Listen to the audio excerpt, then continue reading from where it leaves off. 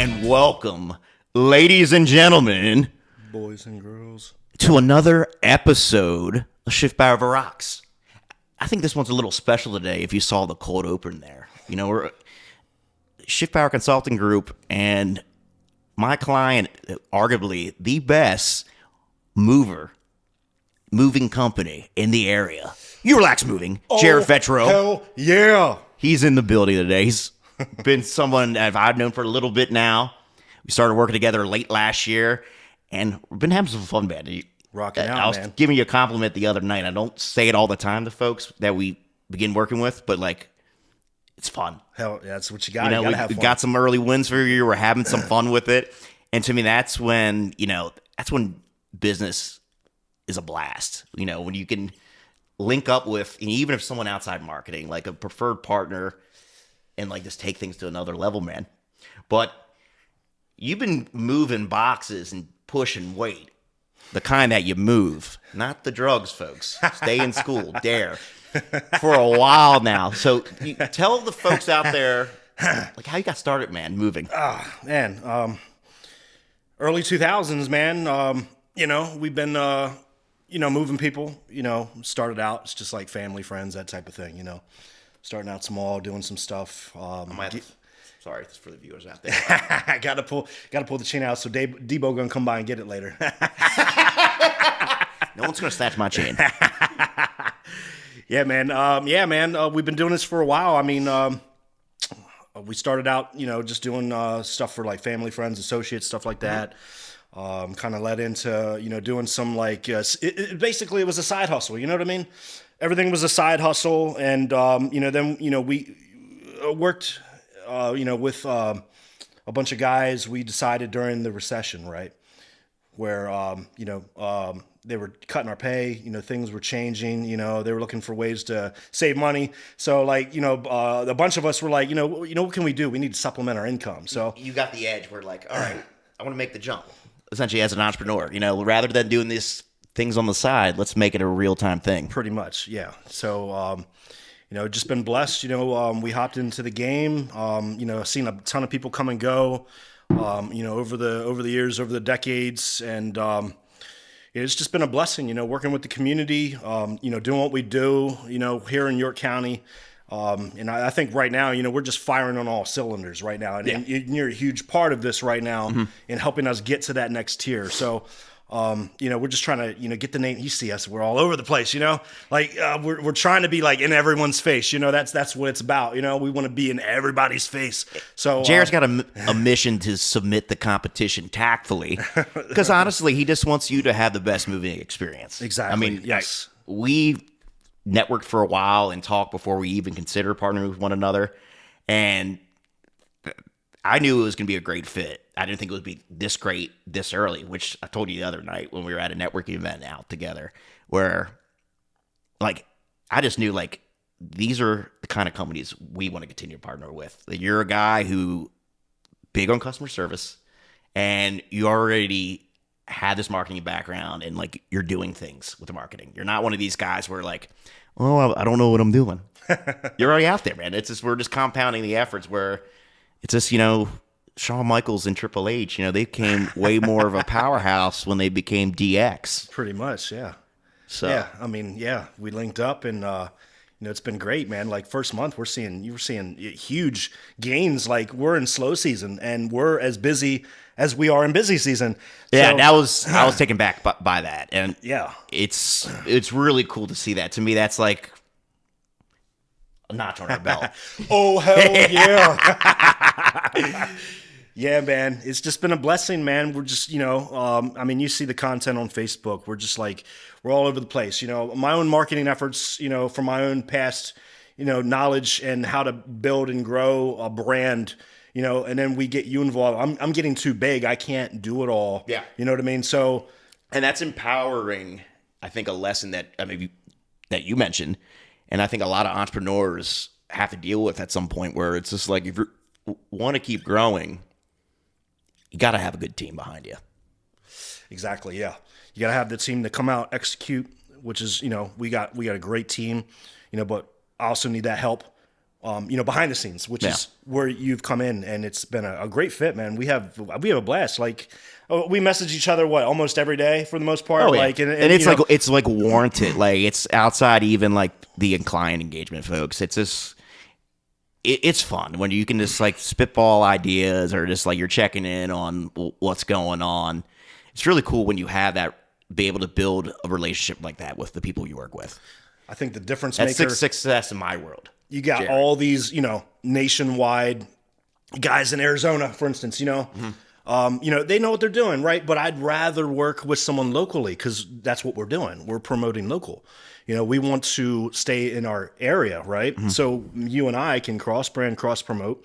And, that to me, it means more than working with someone in a different state. You and I can connect. We could go out and we have a damn dinner. Like, oh, and it's fun. Right. We've done these networking events now, a couple of them now.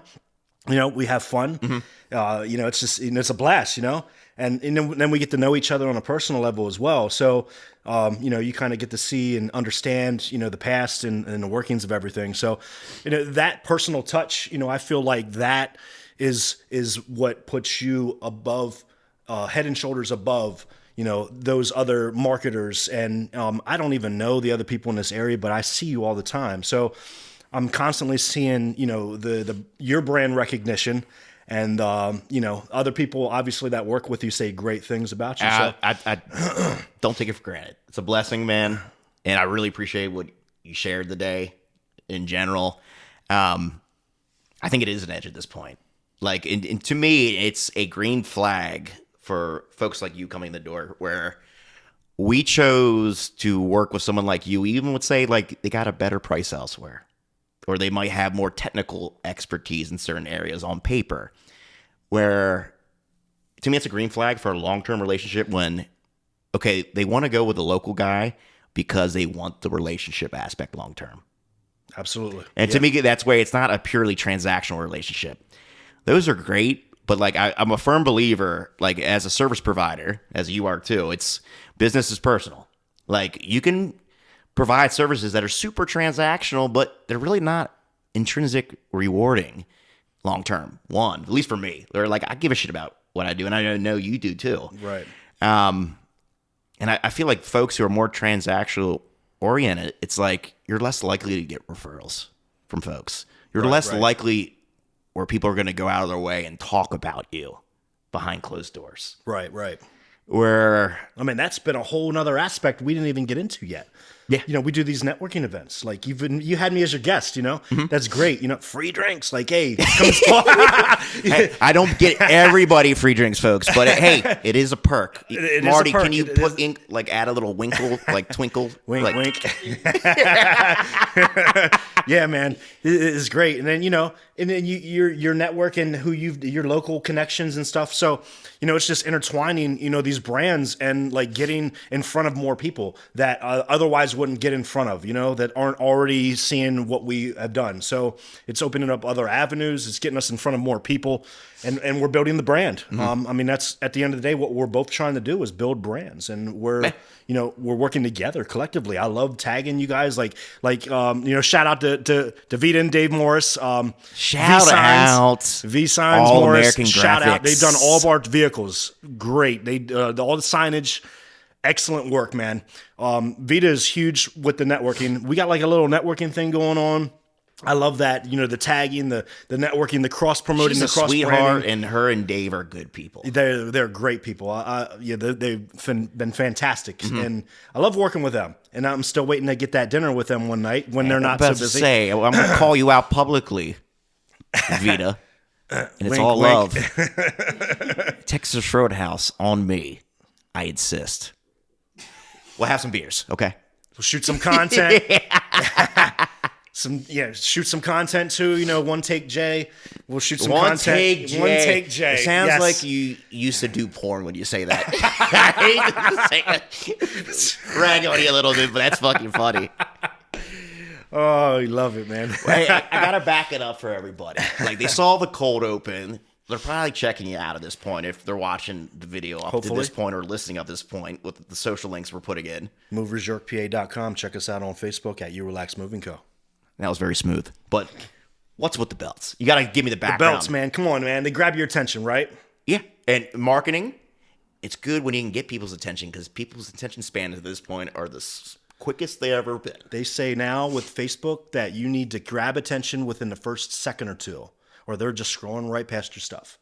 So what do we want to do? We want to grab the attention. We want to be out. We want to be creative. We want to be thinking outside of the box. Mm-hmm. You know, the belts to me, they represent, you know, that creativity, that getting in front of people and you know, we started with this guy. It's the World Heavyweight Moving Championship. So we claim to be the number one moving company in this area. So that belt, for one, you know, is a recognition for us and our guys, essentially, you know, to claim the stake to being the, you know, the champions, you know, like a wrestler or the sports, anything, you know, they get these belts, you know, Mahomes, they won the Super Bowl. I guarantee you they'll get a WWE championship. You know, those belts represent being the best at what you do. It's so funny you said that. I don't know what it is where, like, I think it's, I'm getting a little sidetracked now. I want you to go back to this because this is a really cool marketing point that you incorporated in your business. But just from a cultural standpoint, like Mahomes and like Travis Kelce and the Chiefs with like WWE belts, I feel like there's this weird nostalgia for like late 90s, early 2000s, like pop culture right now. Yep. Like people, I see girls like shaking their hips on TikTok to like Korn. Like Korn, really? Korn, dude. Like Freak on a Leash Korn. Like, yeah, new metal. Wow. Like new metal, there's like a weird interest in it. And then like people who are like even younger than you and me, I know I look 40. Like it's just like they are longing for like this nostalgia of something they didn't grow up with, which I feel like these younger athletes are all in on like the attitude era. I mean, you see all these young kids now, they got Nirvana shirts, you know, they got, you know. Yeah, they don't know who the Wu-Tang Clan, you know, like, hey, I'm in high school wearing the Wu-Tang Clan shirts, you know, nowadays it's all coming back around. Like, I'm getting way off track here. Everything comes back around in terms of typically fashion. Yes. And just overall cultural. Jared, just like folks I've like known in like that fashion industry have told me before, it's like trends typically run on 20-year loops. Yes. And whereas we're seeing right now where 2024, like 2023, 2024, it's like reminiscent of the very early 2000s. Like Nickelback's number one on the radio. Fred Durst is one of the biggest like pop culture icons. Again. Oh, I love Limp Bizkit back in the day, dude. Man. Honestly, this sounds. I've had all their albums back in the day, man. This sounds wild, but like I legit want to go to a Limp Bizkit concert, even if I got to travel like 100 miles to go see them this year, because their shows look ridiculous. They used to do this Family Values tour back in the day, man. It was them. Did you go like see them Korn. live? They had like Ice Cube and and West Side Connection, like that family West tour Side? way back in the day. Like that was like. That was that shit back then. Mm-hmm. And it's funny to see everything come full circle, you know, with pop culture and, you know, like you're saying, you know, this stuff from the 90s, 2000s. Keep rolling. Yeah, that's like the remix, the Urban Assault Vehicle, man. Working out, that comes on, that hits. I'm like, I could be done at workout, like, oh, I'm ready to go. It comes in, boom, I'm ready to go. Yes, get more sets. Get it. Yes. Let's bring it back. To the belts. To the belts, okay. What made you to like, you know, because we'll throw some pictures up in posts, Marty, if that's cool. Like pictures with him and some of his customers, like with these championship belts. Like what even like gave you the reason, like, I'm just going to try this out?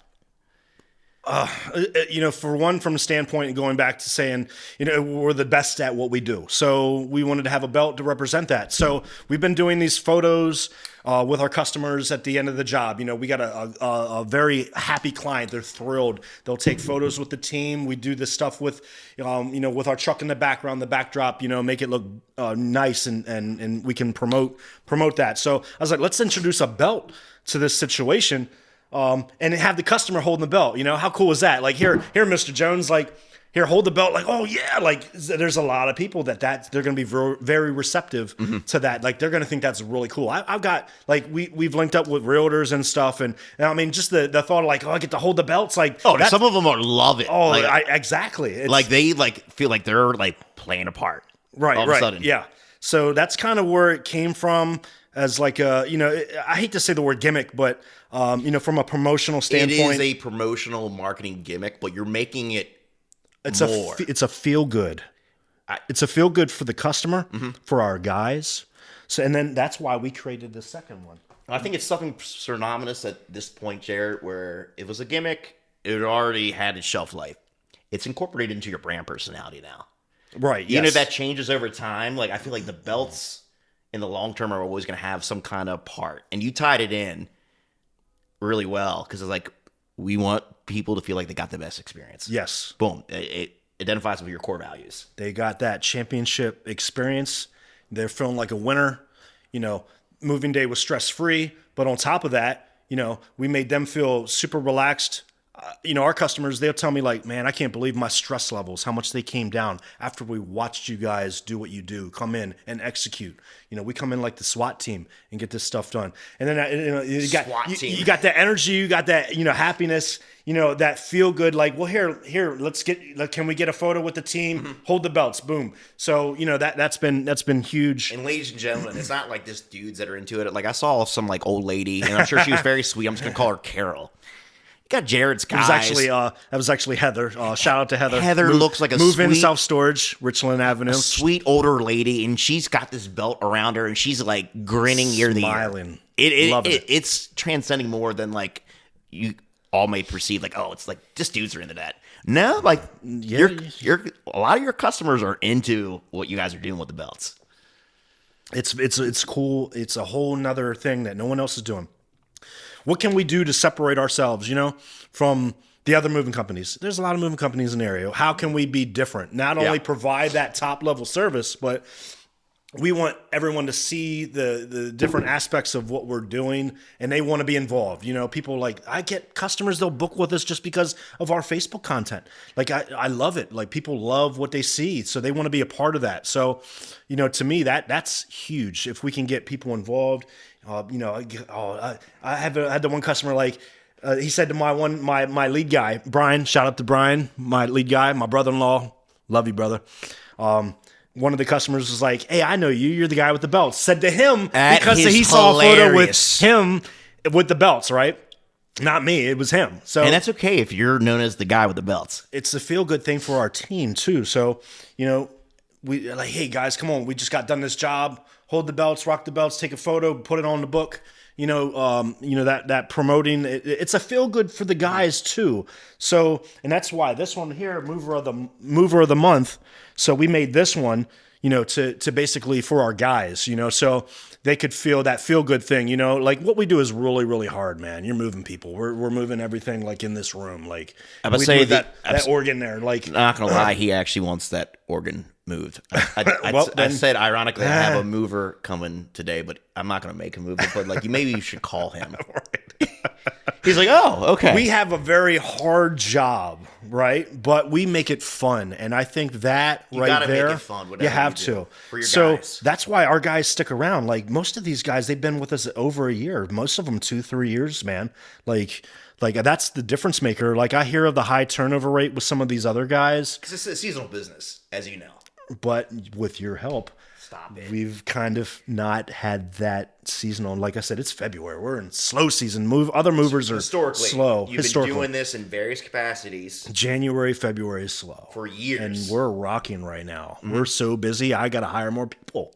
Like, that's insane. That's a good problem. Yes. When you partner with Schiffbauer Consulting Group, you're going to call me and saying, Paul, we got to stop the ad budget. I need more employees. Well, here's what we already talked about this. Like, okay, so we'll flip-flop the budget into let's try to find more help.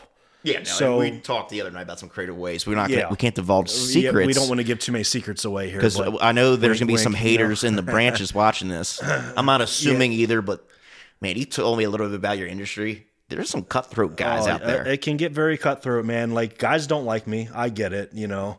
We're in your face constantly. Like, you're like The Rock, man. You're like a heel to some, and then like the champ, the people's champ to others, which is okay. The people's champ. Yep, that's a good one. I like that one. For the people. That's what we're here for. This might be the title of the episode. You relax moving, the people's champ. The people's champ. The people's moving championship. We're going to get a third belt.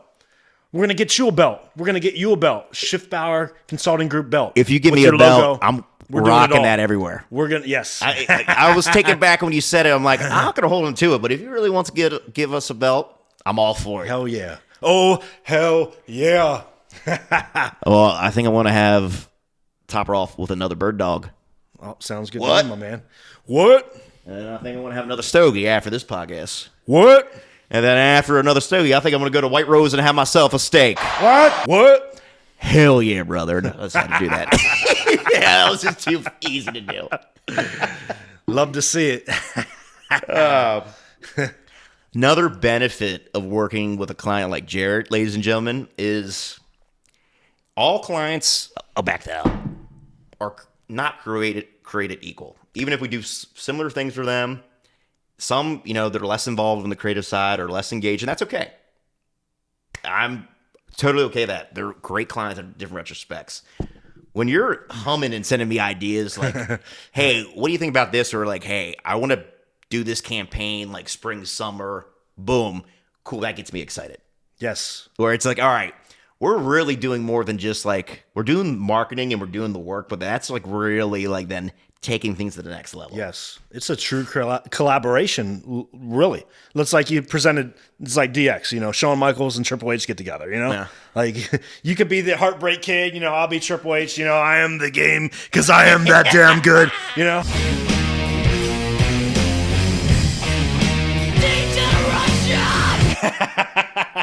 You hit your pose, Sexy boy.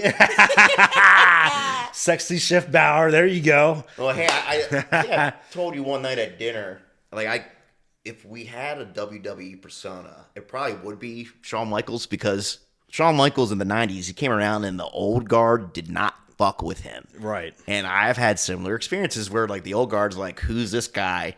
He doesn't play by the rules. That's what Shawn Michaels was when he came out, like early mid to like late 90s. He was when he was that small guy that Unorthodox. He got himself over. Mm-hmm. And it's kind of like, yeah, if you're comparing apples and oranges here, you could be the Heartbreak Kid. You've gotten yourself over in the community, This is a little head nod. We're going to have to put some clips here and there for like context for people, because like something's going to go over their head. Who is Shawn Michaels? Who's DX? Like, yeah, throwing a little bit of who is DX in this show? Like them just going with the X. If you're not down with that, we've got 2 words for you. Yeah.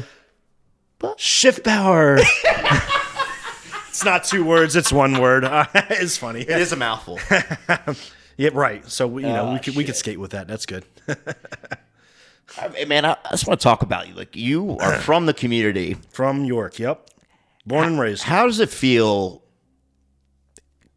where your business is at now and be able to really actively engage, and you choose to actively engage, being as present as you are online and with your customers offline?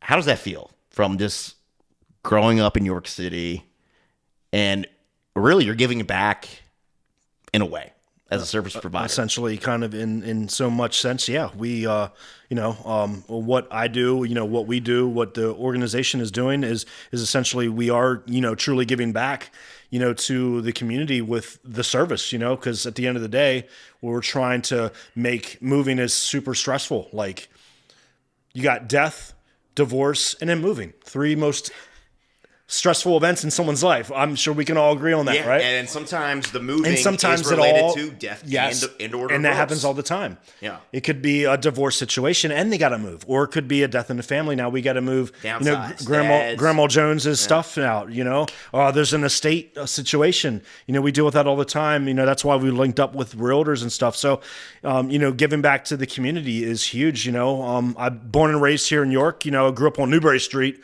right here in Newbury Street, right? For those who are unfamiliar Park. with the area, it's not a tender place, ladies and gentlemen. No. Went to city schools, went to William Penn, Yeah, William Penn is like you are in York City. Yes, yeah.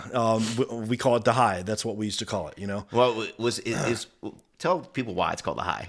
I've heard of why it's called the High. Oh, that would be a reference to like Method Man and Redman, essentially. That would Method Man. Sorry, This is just fun To for cow. It came to bring the pain, you know. Yeah, man. York City, born and raised, man. Right on Newbury Street, man. We used to hustle, man. Like that's all we did. Like, you know, we had yard sales like right there. Like, boom. We would do a car wash right on Newbury Street in the middle of the city. Held signs up. Come, we'll wash your car. Boom. You know, we're hustling, making money. You know. How much were you charging for car washes I mean, back in the what day? were we charging? What, $5, something like that? You know, All you're a right, kid. You know, that's we're pretty like good back in the day. Yeah, I mean, $5-10. You know, like I had wasn't a kids whole lot. knock on our door the other day. Mind you, I live in a townhome. Shovel snow. Yeah, for $20, and There we go. But I was like, that's kind of high. Like, not to undermine these kids, but like, kudos for them if they're making that bread. Right. But like, the driveway, dude, it's literally here to here, and it's like you got a car filling up most of it, so there's not much snow to shovel. So I'm like, I got it. But thanks, kids.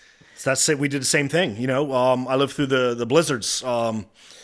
I think it was 93, 96, something like that. The 2 blizzards that we had here in New York, like we got like almost 3 feet of snow. Like literally, it was crazy. Like how much snow we got. You could like build igloos like in the streets. Like it was crazy how much snow we got. But you know, Global warming has definitely changed that. Now it's like smoggy weather. We're not going to get political. Here, we ladies and gentlemen. definitely don't get them kind of snowfalls no more, which is fine with me because I'm we totally can't move cool no one in that kind of weather. No, like overnight, on time of this recording, had a little snow. By sunrise, it's Sun comes up, boom, it's gone. You're good. Yeah, we're cool with that. That's good. Yeah, I mean, we were doing the same thing, door to door. You know, we got a snowfall. We're door to door. We're hey, Mrs. Jones, you know, knock on the door. We'll shovel and $5-10. Some people didn't tip you. You know what I mean? Get extra money. Like, oh, thank you guys. Here's some extra money. You know, like.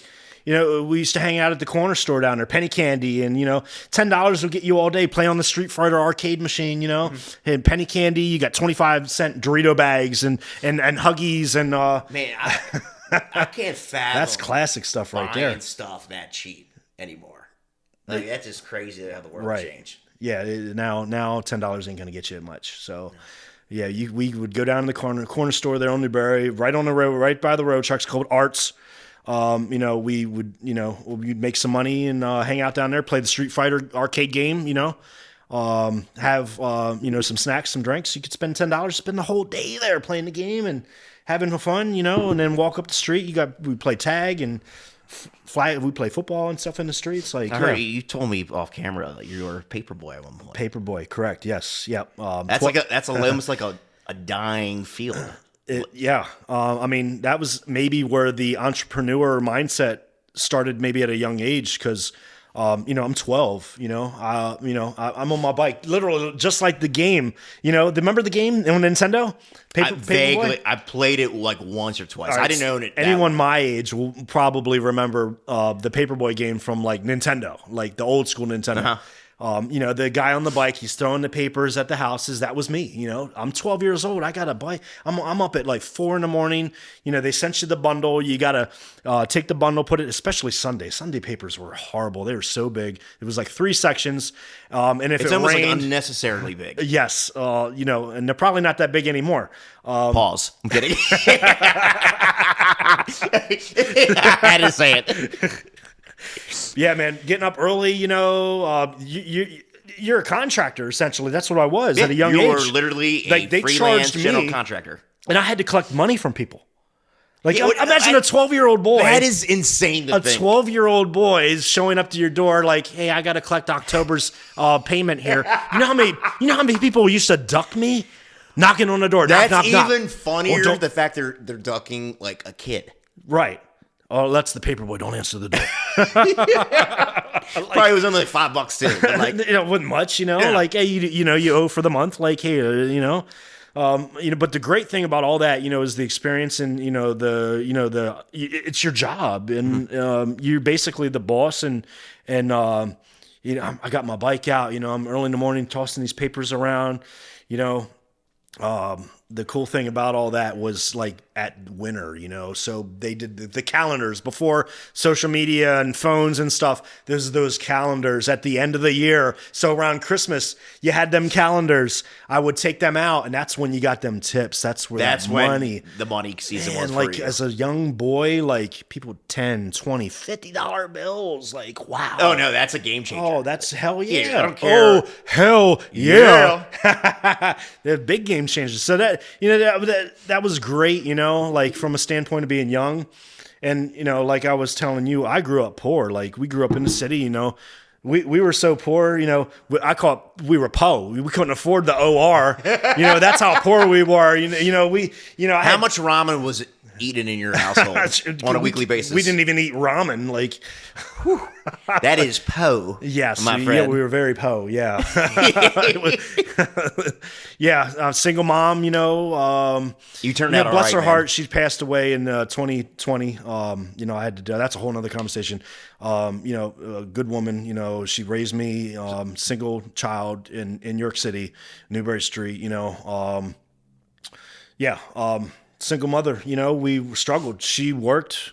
My dad wasn't paying child support. Hell, I think he owed damn near $15,000 in child support before I was even 18. Crazy. It was a struggle, like,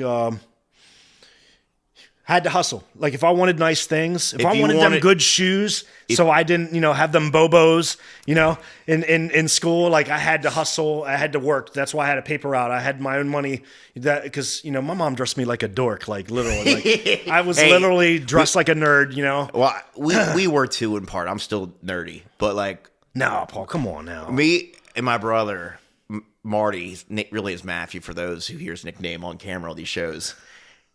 Literally dressed up polos. We were middle class. Okay. All right.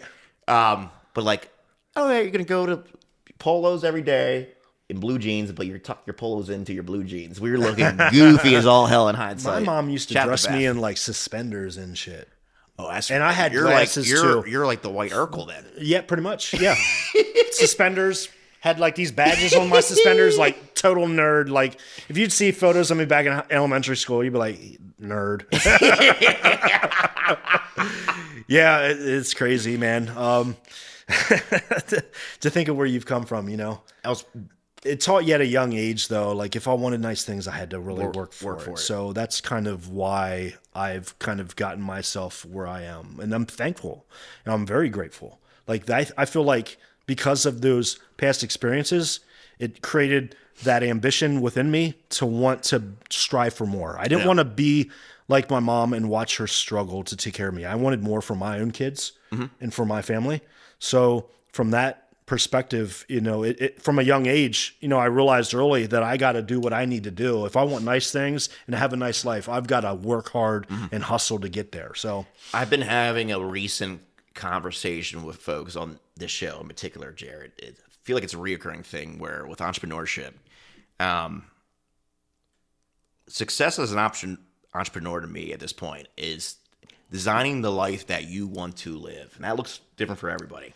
When you're a kid, you didn't want the Bobos. You took that entrepreneurial spirit at a young age and you got what you wanted, where that was success at that point in time in your life. And now success looks different, and that's great because it's just growth. Yes. Follow-up question I'm going to ask, this kind of leading in to continue this conversation with you, because this is really good stuff that you're sharing, man, and I appreciate you being honest and open. Man. Yeah, man. Looking back on it, what's probably the most valuable thing you have learned as an entrepreneur to date? Oh, there's many things. I mean, you miss 100% of the shots that you don't take, right? I think that in itself is, if I remind myself that every day, I think that's huge, is a daily mantra, essentially. Yeah. You miss 100% of the shots you don't take. So if you don't step out of that comfort zone, and it took me a while, you see me now, like you'd think, wow, this guy used to, not get out of his comfort zone. Like I used to be that guy, when I was younger. It took, to getting involved and understanding you got to get outside of that box, and you miss 100% of those shots if you don't take them. So you have to make the most of every opportunity. It's like 8 Mile, like Eminem, the Lose Yourself song. Mom spaghetti, knees weak, arms are heavy. Everyone in the 313, put your motherfucking hands up and rock with me. Hey. Oh, I love that. That was classic. Sorry, I'm more on a tangent today, just because like just feeding off your energy, man. It's been a lot of fun. I love it, man. Love it. But 8 love Mile, to see it. you're talking about Yeah, like, he grew up poor too. Same thing, you Yeah. know. And he saw his big win, like stepping outside of his comfort zone because he got sick, nervousness, that's a natural human thing, to be nervous. it's a survival instinct. It is. It's okay to like lean into that anxiety. That's what I tell folks. It's just like it's a weird like head trash mental shift. We're leaning into like what's making me anxious in this scenario. To overcome that, it's a superpower when you're able to overcome it. It is. It takes a lot, and that's I think what a lot of people don't tap into is that ability to step outside of that comfort zone. And that's I think the difference maker with some of the successful people that we see is that they're able to tap into that energy, step outside of that realm, and push the bounds. They can push the boundaries. So yeah, you miss 100% of the shots that you don't take. Shot. Like Everybody. yeah. That in itself, that's like a daily thing. Like I'm always reminding myself, get the estimate, provide this, give the estimate, provide the service. You miss those shots if you don't at least take it. To get value, you have to give value. I think I'm a firm believer in that. As me now, older now, and realizing like you have to provide value to get value back. And that is huge with like the networking and the stuff that we do. Like, you have to give other people something worthwhile for them to give you. To give a shit about you. Exactly. It's not even in them a nutshell being, to give a fuck about. it's not them being selfish either. Because No. I'm a firm believer where every individual, regardless of how altruistic or like giving back they are, we all have our needs where we're a little selfish. Subconsciously, we are. So I always like lean in, and I'll give a great example. And I don't know if it was 100% hit, but you asked me about networking events. We went to one together a couple weeks back, and then we just went to another one this past week of this recording. And I said, hey, it's paid. It's a different audience than you came to before, but I know there's a couple of realtors in the group that you might not know that would be good connects. And it's a York Young Professionals. They're going to be people looking to buy their first home. So I'm like, if you want to come out and have some fun, Jared, do it. But I leaned into the value. And even if I didn't, that wasn't my thing. Like, it's like natural now where like, if I'm going to bring someone into something like a networking event, because you're just starting to kind of break it out of that, like doing the more in-person events. I'm like, I got to give Jared like at least some kind of like scope where like it's going to be a solid for him if he goes to this event. So I don't feel like he's like, damn, I wasted my time with Paul that night. Hang that thought real quick. I gotta pee. And we are back from our first official bathroom break on Schiffbauer Over Rocks.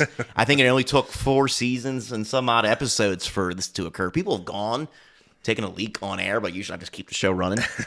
But we've already in it deep, man. I know we left off talking about leading with value and living a life where you're giving more than you receive, in principle. Where like if you give value, and I'm a firm believer in this, whatever that value is, the more value you give, you'll get some byproduct in return. What that byproduct is, it could be a connection, a referral, money. Because you provide a valuable service, you get paid for it. That's always a byproduct in most cases. But I feel like if you lean less on the byproducts, what's in it for me, and what's more can I do for them or my giving community? Yes. It could be a local community or like your community, your network. That's when you're living in a gold mine in that sense. That's when you break the barrier, when you get past those bounds, is once you realize like, I've got to do something where I'm providing value like to someone else for them to want to engage with me, to want to interact with me, or to be involved with our business, to promote. And like that is huge, because once you can make those connections and you can provide that value to others, they're going to be more receptive to then providing you with value. So you have to provide that first. You can't come in and selfishly like, well, what are you going to do for me? Yeah. If you have that type of attitude, you're going to fail in business. Oh, like you just can't. I think it's inevitable where it kind of full circle. People who operate like that, are transactional based business owners. Are there some very successful transactional based business owners? Yeah, but honestly, they're kind of pieces of shit. The ones that I've met, where like, and it goes back to, and it's kind of weird how we're accumulating all these like points back to this like thing about relationships, but like the whole thing as an entrepreneur, you're successful when you design a life worth living. I know a lot of guys. Some people who were once close with who are entrepreneurs where they flex how much they make. They got broken homes or divorced because they're working too much or like they're just not happy in their personal lives. Is that really success? No. No. No. So, that was a little heavy. Yeah, it was. Wow, yeah. Let's just switch it up a little bit. I'm digging that. Like, seriously, like, that you speak the truth there. Seriously, like, you know, you if you're flexing constantly, it's like King Midas, man. It's just like everything he touched turned to gold, but then he had nothing left. Right. So, in a nutshell, like when you're flexing hard and you're showing and you're trying to be like this person and this over the top individual, but you're not like providing anything for others to like really indulge in and like to bring more to the table, you know, like that's huge. Like you have to. It works both ways. It's a 50-50 it's a 50-50 relationship with everyone, like the networking and the communication, our customers, you know, as a business owner, you have to, as a business in general, you have to be receptive and provide value. I mean, it just goes back to like, you have to provide value. If you're not providing value, what are you doing? You got to put out, ladies and gentlemen. You got to put out. Yep. And typically I like to put out a lot on the first date. Professionally speaking, of course.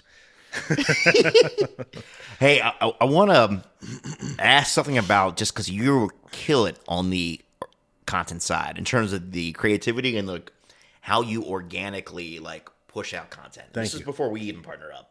I was very impressed of what you did independently. Let's take it back a little bit because it just ties into providing value.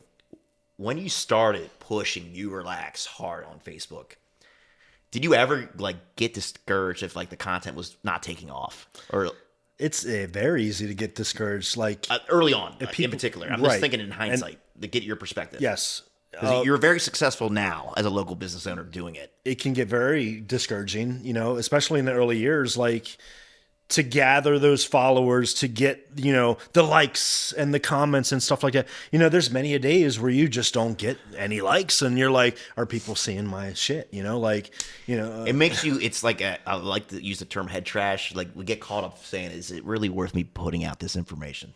Right. But does it cost us a dime? So it's only but my energy. So at the end of the day, you know, we'll put this content out and if people ain't liking it, so what? People are seeing it though. It's reaching people. And I wanted to get your perspective on it. And thank you for sharing it because you just drove a point I was going to share, at least from my experience with the content home.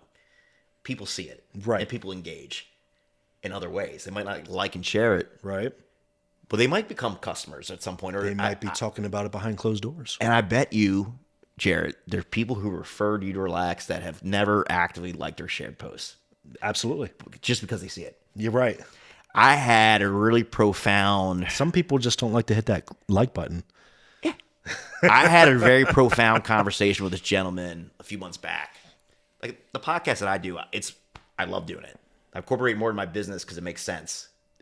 Where like, well, if I get to spotlight other people I work with and I like their stories, that's fun to me because like we've done this off camera. I tell folks like, to me, this is not a waste of my time. It's like a passion of mine because it's like I do this stuff like not putting it out there. Yeah, this is fun. You know, we're having fun with, you know, all of this, you know. But a gentleman is like, because the podcast by design to date, every like episode I've done, they've averaged maybe either total YouTube views and or downloads, like 111 views or downloads on average. Not much. Hyper local, and that's intentional. We're going to market this show to a whole nother degree this year, which I'm very excited you're a part of that process, being a guest now. But to date, it's just like, at first I'm like, man, like the views, like I got the head trash myself. And then it was a couple months ago, this gentleman, before I started the production on season 4 with my brother Marty. Shout out Marty. He's the GOAT. I don't tell him out too often, but he's pretty damn good at what he does. But this gentleman, Phil, actually related to Phil Ocardo, also named Phil. All right. His name is also Phil Ocardo. He's a good guy. Oh, He's wow. like, What's the odds of that? it's just Italians, dude. Like, you ever see good fellas when they got Mikey, and that's how his family is. Paulie the Don, you know. Good guy. Yeah. Good fellow, right? Yeah. He's a good fellow. So he comes up to me, and friends on Facebook, he doesn't like, he's maybe only liked one of my Facebook posts ever. He's like, dude, I watch your podcast. I'm like, I was taken back. I'm like, I didn't think this guy would ever like watch any of my shit. Like, right? really cool, like on paper, but like we're not close, you know? Like, and I don't see him engaging with it. He's like, it's really cool what you're doing. I'm like, bingo. It's just like, You love to hear it. it's not even for me. People are out there getting value on the stories that are shared here. Not me preaching to the choir. It's guests like you who come in and share their stories, and people get inspired and want to take action, whatever their actions might be doing. That's really fucking cool for me. Hell yeah. So to me, like, I'm like over the likes and engagement for like this show. The only thing when it comes to client work, I'm like, let's track those leads, baby. And that's what we've been doing. It's been fun so far. ROI boys, right? Yeah. I have to trademark that. ROI boys.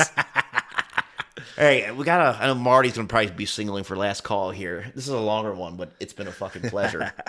Man, I gotta ask you, because like, I've known you, get to know you pretty well.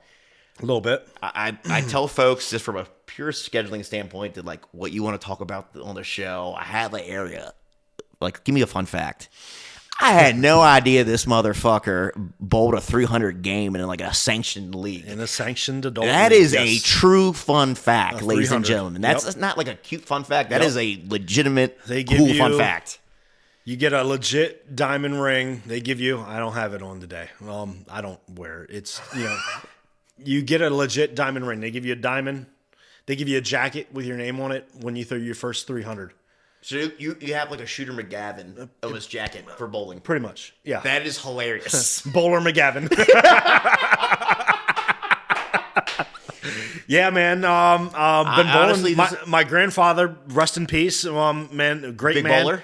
He was a bowler. Yes, he got me into it at an early age, man. Like, bless his heart, man. He got me involved, and you know, he used to take me out. You know, Connie Park East, Connie Park West. You know, Lincoln Way bowling alley. You know, it's no longer there. It's now was Mr. Q's before, you know, the fire and everything happened there. But we used to go bowling all the time. That's what got me engaged into bowling, and yeah, when I was in high school, I got pretty serious with it, and not to brag, but I was kind of good. Like, it's not bragging. It's just like, it's just a statement of William facts. Penn, right? Which is where I went, right? They didn't have a bowling team when I was a senior because we pushed for it. We had a bowling team at the end of my senior This year. is a good story. Yes, we had a bowling team at William Penn, right? And I was the captain. So it was cool, you know, and I worked with a lot of the youth and stuff as well. You know, I was in teams, you know, I was in leagues. You know, we went to states, you know, we did the county tournaments and stuff. I've won tournaments. I've won tournaments with my grandfather and my uncle Rich. We've won tournaments and stuff. I've you know, bowled in these tournaments, and I've got trophies. You should see, I've got so many trophies. You're gonna have to send me this, like, you can on Facebook later send me over the photo. 'Cause that would be cool I've to got see. a ton of trophies and plaques from bowling, and then as an adult, you know, I joined the adult leagues, and yeah, I when was it? I'm gonna say like 2010 ish when I was in the league. Like, I'm averaging like 230 something in an adult league. Crazy. Really fucking good, man. Like killing it. Like, You're like the guy. Might sound distasteful. That's why I'm framing it this way. You ever hear the legend of the guy who bowled a perfect 300 game at a bowling alley on 9/11? really. Which is like local bowling alley. Like, he got his picture taken, but like it's an internet meme, like on Reddit. Like what? It wasn't in the morning. Of course, it was like afternoon, evening. Like when the bowling alley opens. Like, what psychology of this man? It's the most traumatic event in the United States' modern history. You go out there and bowl a 300 game. Yeah. Like, and like the conspiracy theory is like, who's this guy? Like, like get him on an interview. Like, All right, so what's I shit you not, right?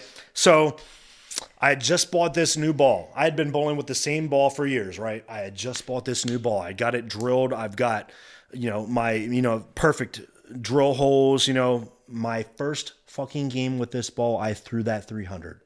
First fucking game crazy. ever with this ball. I've still got bowling. this ball. Like I want to put it you in. gotta break it in. Like you're less likely to bowl to your average thing or was higher just score game hitting with for new me, equipment. man. That's what I hear. Yeah, the bowling. right. You need to break it in. Right. Yeah, Get it used like to the golf clubs oils even. and get it broken into how you do. First game, 300 in the league. Boom.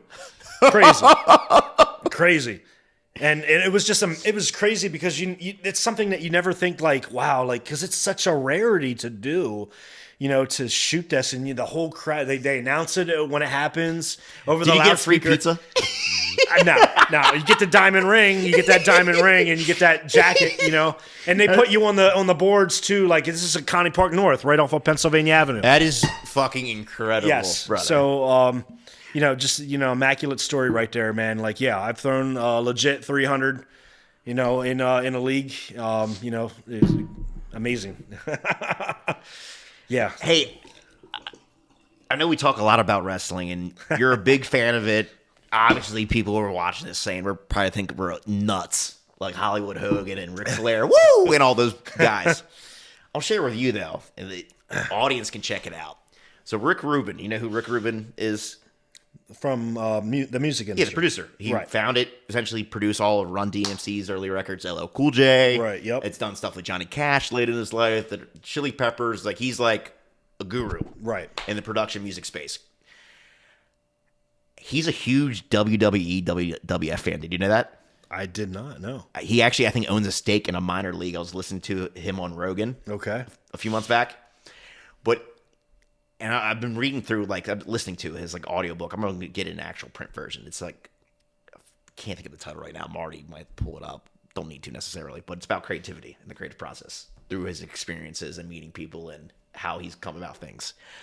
But he said on the Rogan podcast, he's like, life is like wrestling. And Rogan was like, what do you mean? Like, wrestling's fake? He's like, no. We're all playing a part. That's okay. All right. He's like, the way things are calculated, like he related to like creatives, like musicians and artists. He's like, you do certain things at certain points to get certain outcomes. You do this to get that. You provide value or resonate with this particular audience, and you get this in return. But I thought it was really interesting. I wanted to share with you, like, life is like wrestling. So, I mean, in all aspects, I mean, you got baby faces and heels in real life, right? I mean, 100%. And he talked a little bit about that too. Right. Where just like, it's almost like the whole Shakespearean, like, you got the hero and the villain. Right. Yeah. And that's in all aspects in life. There's always, at the end of the day, there's two sides to every story, right? So someone's painted out to be the bad guy, someone's the good guy in everyone's story. Yeah, no, that's okay. It is okay. Mm-hmm. Right. It is the reality of life. But yeah, very much,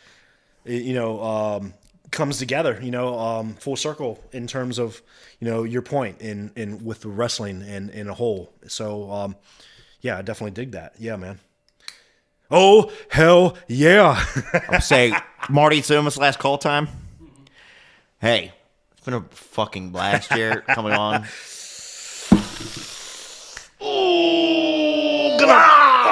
When the power of the Schiffbauer and the You Relax come together, brother, gonna punch these, pipe these 24-inch pythons. Well, they're probably only like 20 inches. Disclaimer. Blow these 20-inch pythons out to the stratosphere, brother. Yeah.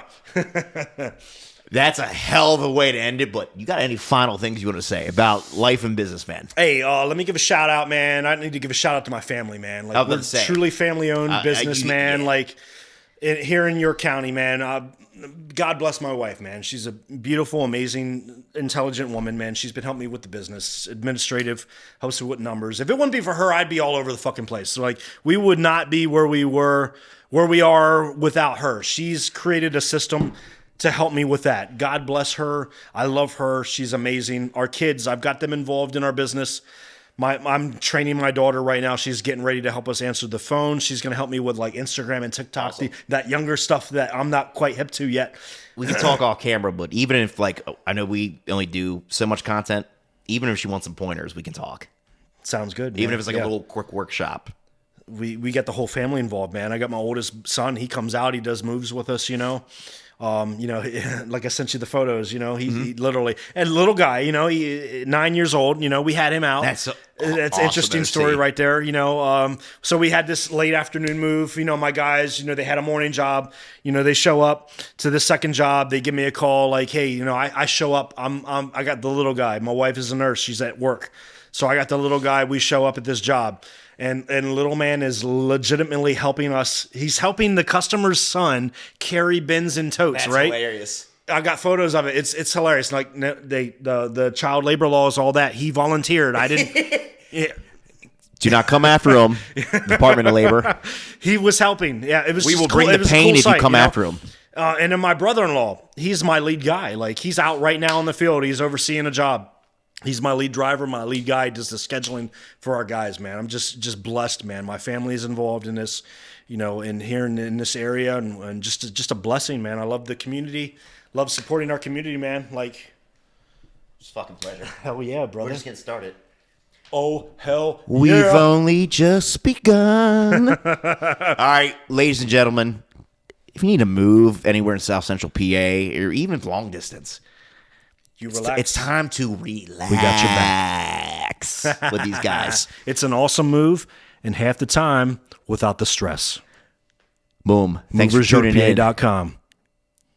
Shameless plug. Yeah. All right, that's it. That's good, brother. Hell yeah.